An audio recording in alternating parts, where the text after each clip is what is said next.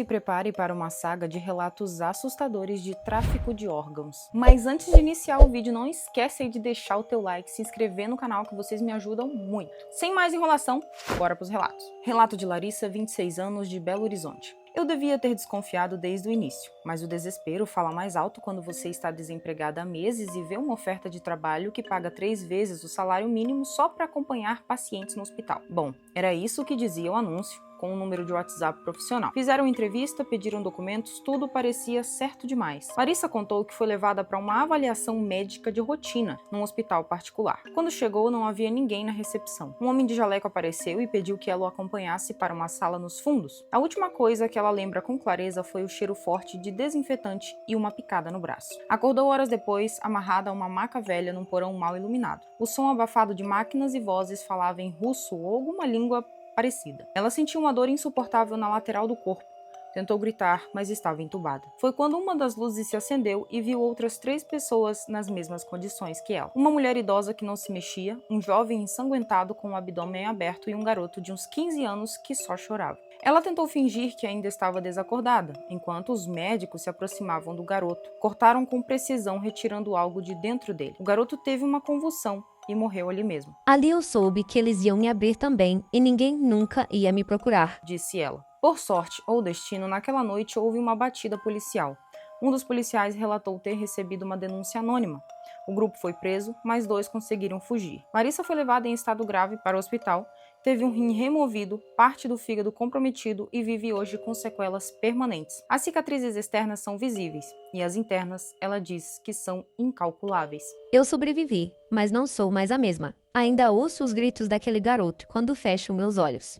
Relato de Gabriel, 32 anos, de Porto Alegre. Gabriel decidiu viajar para a Bolívia com os amigos para comemorar seu aniversário. Em uma das noites, foi a uma balada com uma mulher que conheceu no hotel. Ela era bonita demais, simpática demais e pagou todas as bebidas para ele. Eu só lembro de piscar, e quando abri os olhos, tudo estava escuro, disse Gabriel. Acordou nu, de bruços, sobre uma superfície metálica gelada. Estava em uma sala sem janelas, apenas com um foco de luz branca acima da sua cabeça. Sentia dores agudas nas costas e no abdômen. Ao tentar se mover, percebeu que estava costurado, com grampos cirúrgicos improvisados e mal feitos. Um homem com máscara entrou e começou a tirar fotos do corpo dele. Gabriel fingiu estar desmaiado. Escutou conversas em espanhol sobre enviar o fígado e não deixar vestígios. Com muito esforço, arrancou os fios do soro de um braço e usou os dentes para soltar uma das amarras de couro. A fuga foi brutal. Gabriel correu sangrando até uma estrada de terra, onde caiu no meio do asfalto. Um caminhoneiro que passava o socorreu e o levou para um hospital público na fronteira. Médicos disseram que ele teve parte do fígado removido e o rim direito extraído, além de sinais de tentativa de remoção da córnea. O caso nunca foi completamente investigado. A polícia local alegou falta de provas e documentação. A mulher da balada nunca foi encontrada e hoje Gabriel vive no interior, isolado e em tratamento psiquiátrico. Ele repete sempre a mesma frase com um olhar perdido. Eles me abriram como se eu fosse um porco e estavam prontos para continuar como se eu fosse um animal. Relato de Jéssica, de 19 anos, que mora em Curitiba. Foi minha amiga quem me indicou o lugar. Disse que faziam procedimentos estéticos mais baratos, com médicos de fora, que não pediam CPF nem endereço. Eu queria muito fazer lipoaspiração e não tinha dinheiro para uma clínica convencional. A clínica funcionava nos fundos de um galpão reformado. Parecia tudo certo no começo. Jalecos, recepção, sala branca, mas nada ali era regularizado. Jéssica foi sedada e levada para o centro cirúrgico com a promessa de uma simples lipoescultura. Horas depois, ela acordou com uma dor insuportável no peito e no abdômen e percebeu que estava jogada num colchão sujo, coberta de sangue, sem roupa, com drenos improvisados saindo da barriga. A sala estava cheia de mulheres em estados semelhantes. Uma delas não se mexia mais. Outra chorava baixinho, dizendo que estava faltando um rim. Jéssica começou a gritar e um dos homens que parecia um funcionário apareceu e bateu nela com um pedaço de pau, dizendo que ela estragaria a próxima colheita. Sim, ele usou essa palavra. Colheita. Por sorte, uma das mulheres, uma boliviana chamada Diana, havia escondido um celular na roupa. Ela conseguiu enviar a localização para o irmão, que já desconfiava do sumiço dela. A polícia estourou o local de madrugada. Jéssica teve um rim removido e quase perdeu parte do braço. Ficou 6 meses internada, passou por 3 cirurgias reparadoras e sofre de infecção renal crônica até hoje. Se eu tivesse dormido mais 10 minutos, eles teriam levado meu coração. E talvez eu nunca teria sido encontrada.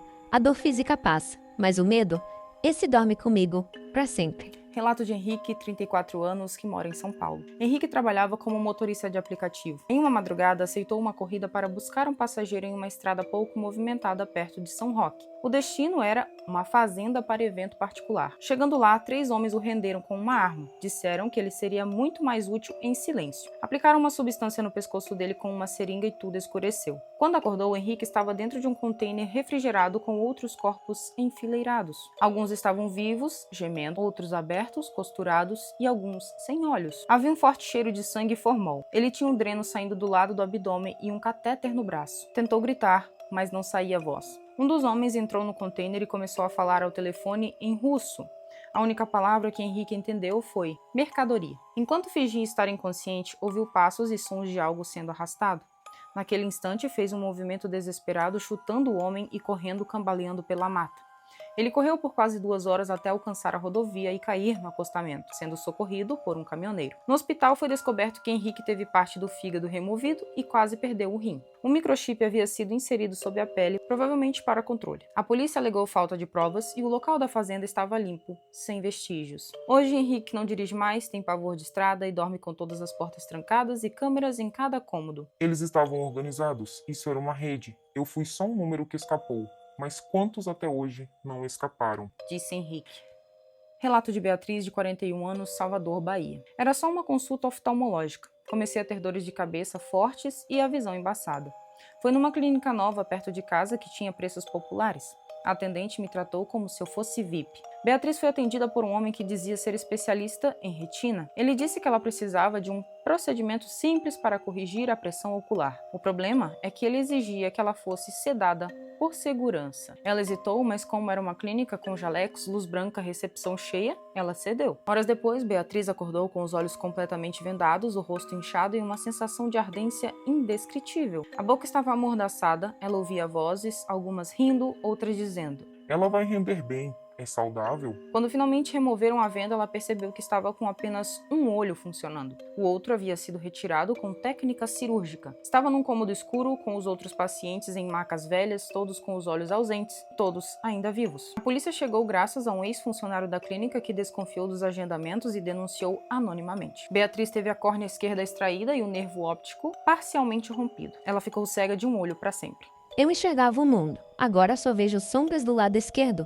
Eles me tiraram metade da luz e ainda me olham como se eu devesse agradecer por estar viva. Relato de Vitor, 28 anos, de São Luís do Maranhão. Vitor havia ganhado uma viagem para o exterior em um sorteio online. Tudo parecia legítimo. Passagem paga, hospedagem inclusa, até transfer do aeroporto. A viagem seria para Bangkok, na Tailândia. Logo após o pouso, Vitor foi levado por 2 homens até um hotel parceiro. O quarto tinha grades nas janelas, sem Wi-Fi, sem sinal de celular. Na primeira noite, ele foi dopado com um drink oferecido como boas-vindas. Quando acordou, estava nu, com cortes recentes no abdômen, sem nenhum dos documentos e com uma cicatriz nova do lado direito. Tinha dificuldade para respirar, sentia fraqueza extrema. Vitor foi mantido em cárcere por 4 dias, onde outros turistas dopados estavam em condições semelhantes. Eles eram alimentados com soro intravenoso e mantidos sedados a maior parte do tempo. Um dos rapazes, um canadense, conseguiu escapar pela janela do banheiro e denunciou o local para a embaixada. Quando as autoridades tailandesas chegaram, Vitor estava em estado crítico. Havia perdido um rim e uma parte do fígado. O coração havia sido mapeado para a extração. Ele estava na fila da morte. De volta ao Brasil, vive com acompanhamento psiquiátrico e sofre de falência renal crônica. Não fala sobre a viagem com ninguém, nem mesmo com a própria mãe. Era um sorteio, um presente, mas o prêmio era meu corpo. E se eu tivesse dormido mais um dia, teriam levado tudo de dentro dele. Relato de Thalita, 24 anos, do Rio de Janeiro. Era um sábado comum. Thalita saiu para comemorar o novo emprego com um amigo que não via há anos. Foram a um restaurante, brindaram com um vinho e conversaram por horas. Quando ela foi ao banheiro, o mundo escureceu. Acordou com o som metálico de algo caindo no chão. Estava em uma sala fria, completamente imóvel, com braços e pernas amarrados por cintas cirúrgicas. Havia um cheiro de éter e carne queimada. Tentou gritar, mas havia um tubo em sua garganta. Uma cortina foi aberta ao lado. Uma mulher com jaleco manchado observava algo numa bandeja. Era um órgão, talvez um fígado ainda pulsando. Thalita então entendeu que estava viva no centro de algo muito maior do que um sequestro. Ela desmaiou novamente. Dias depois, acordou em um hospital. Não lembrava do rosto de ninguém, nem sequer do próprio nome. Tinha sinais de cirurgia, mas os médicos se recusavam a dar detalhes. Sua ficha de entrada no hospital constava como vítima de atropelamento. No boletim médico constava excisão parcial hepática, remoção de parte do fígado, mas não havia histórico de trauma. O laudo foi arquivado sem investigação. Thalita hoje vive com um nome diferente, em endereço protegido,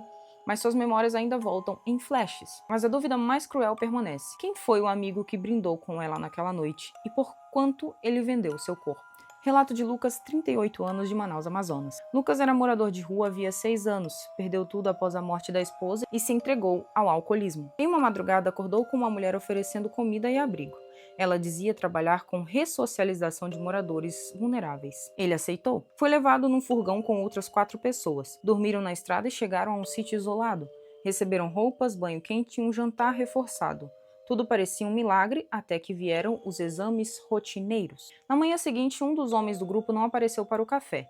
Disseram que ele havia fugido. Na noite seguinte, Lucas foi chamado para fazer exames de sangue e, quando tentou recusar, foi imobilizado. Uma seringa no pescoço, logo em seguida, escuridão. Dias depois, foi encontrado às margens do rio, enrolado em um lençol sujo, com o abdômen costurado de forma grotesca, como um boneco velho. Seu prontuário no hospital informava perda total do rim esquerdo e danos internos compatíveis com extração ilegal. Não houve prisão, nenhuma denúncia. A história foi engolida pelo silêncio. Lucas voltou para as ruas, mas agora carrega uma plaquinha no peito com letras trêmulas, escritas: "Me venderam por dentro, mas ainda estou aqui." Relato de Daniele, de 29 anos, de Goiânia. Era uma noite chuvosa, Daniela voltava do trabalho de mototáxi quando sofreu um acidente leve. Escorregou na pista molhada e caiu. Nada grave, só arranhões. Mas antes que pudesse se levantar, uma ambulância parou. Era preta, sem identificação, e 2 homens desceram rapidamente e colocaram ela numa maca e aplicaram uma injeção. Tudo ficou lento como num sonho ruim. Quando recobrou a consciência, estava dentro da própria ambulância. O som do motor abafado, cheiro de sangue coagulado e barulho de metal batendo em metal. Percebeu que estava deitada sobre um leito cirúrgico improvisado. Sentia a barriga costurada e a boca seca. A ambulância não levava ninguém para o hospital. Era o hospital. Uma tela exibia seus sinais vitais e, do outro lado, uma caixa térmica emitia um bip constante. O rótulo dizia: "Rim D, tipo positivo." Ela arrancou os fios com esforço e chutou a porta dos fundos. Pulou em movimento, rolou no asfalto e se arrastou até um posto de gasolina. O frentista a encontrou sangrando, descalça, com as roupas encharcadas e um corte recente na lateral do corpo. As câmeras do posto captaram a ambulância fugindo sem placa. O caso foi arquivado como tentativa de sequestro comum. Nenhuma clínica admitiu ter recebido um órgão naquela noite, mas semanas depois, uma menina de 12 anos em Curitiba recebeu um rim transplantado de origem não identificada. Relato anônimo, de origem desconhecida. Este é o único relato que não tem nome, rosto ou nacionalidade confirmada. Foi encontrado num HD criptografado dentro de um notebook jogado no ferro velho na zona sul de São Paulo. O vídeo mostra um homem magro, sem camisa, sentado numa cadeira de metal em um porão com paredes de azulejo. Ele fala diretamente olhando para a câmera. Se você está vendo isso, é porque escapei, ou porque eles me deixaram escapar. Não sei mais o que é verdade. O vídeo tem pouco mais de 12 minutos. O homem mostra cicatrizes por todo o abdômen, fala com calma, como quem sabe que está sendo observado, relata que ficou mais de 2 anos num local subterrâneo onde pessoas eram sedadas, abertas e costuradas novamente. Era um experimento. Eles não vendiam os órgãos, estudavam o tempo que o corpo aguentava ser reaberto. O homem diz ter sido operado 9 vezes. Afirma ter visto pelo menos 30 pessoas morrerem, todas com códigos numéricos no peito. O dele era 347B. O vídeo termina com ele dizendo: Eles me deixaram com um único fígado, mas minha memória continua intacta, e agora ela é sua. Nunca se soube quem era o homem, o rosto foi submetido a reconhecimento facial internacional e não teve resultados. O que mais assusta é que o vídeo foi gravado em 4K. Com data de 11 dias antes de ser encontrado.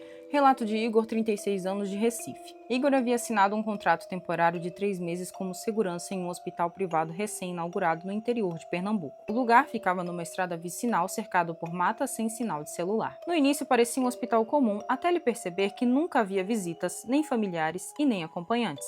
Apenas pacientes que chegavam desacordados e nunca saíam. Numa madrugada, ao ouvir ruídos vindos do andar inferior, Igor decidiu investigar. Desceu pela escada do serviço e encontrou uma sala com iluminação avermelhada, cheia de tanques térmicos e um forte cheiro de ferro. Na parede, anotações com letras garrafais, como: Pacientes 11 a 14 prontos. Remessa amanhã, 3h40 da manhã. Ele filmou tudo com o celular, mas foi interceptado por 2 médicos antes de conseguir sair. Apagaram tudo do aparelho. o obrigaram a assinar um novo contrato, com cláusulas de confidencialidade vitalícia. No dia seguinte, Igor acordou em uma cama do próprio hospital com uma cicatriz nova e sem memória das 48 horas anteriores. Tentou denunciar, mas nenhum advogado aceitou o caso. O hospital nunca foi localizado e quando voltou ao local só havia ruínas. Ele descobriu o que tinham tirado dele meses depois, durante um exame de rotina. Não tinha mais o baço e parte de um rim estava ausente.